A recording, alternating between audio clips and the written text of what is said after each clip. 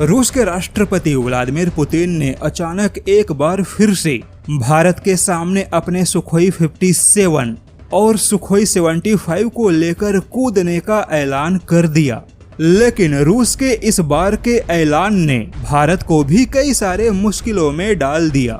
हालांकि भारत पिछले कई बार सुखोई 57 या सुखोई 75 जैसे प्रस्ताव को ठंडे बस्ते में डाल चुका है, या फिर यूं कहें कि भारत ने कभी हाँ नहीं कहा। लेकिन यह भी सत्य है कि भारत ने कभी सीधे सीधे मना भी नहीं किया। यानी कि ऐसे मुद्दे पर कोई बेहतर प्रस्ताव मिले तो चर्चाओं की संभावना हमेशा बनी रहती है।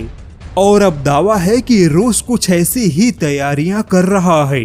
दरअसल खुद रूस के मीडिया की माने तो व्लादिमीर पुतिन अब भारत के साथ आक्रामक तरीके से भविष्य के टेक्नोलॉजी प्रस्ताव के साथ आगे बढ़ने पर विचार कर रहे हैं।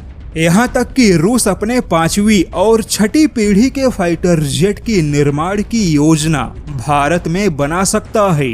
यानी कि भारत को लुभाने के लिए रूस अपने फाइटर जेट के कई सारे कलपुर्जों का निर्माण भारत में करेगा। और दावा है कि रूस के ऐसे कदम से भारत को अपने भविष्य के फाइटर जेट को बनाने में सहायता प्रदान होगी।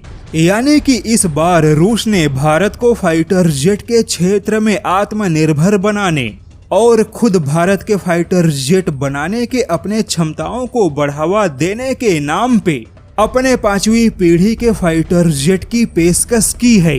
हालांकि रूस का यह प्रस्ताव काफी आकर्षक है, क्योंकि रूस के फाइटर जेट के संसाधनों के भारत में निर्माण होने से भारत के अपने क्षमताओं का विकास होगा।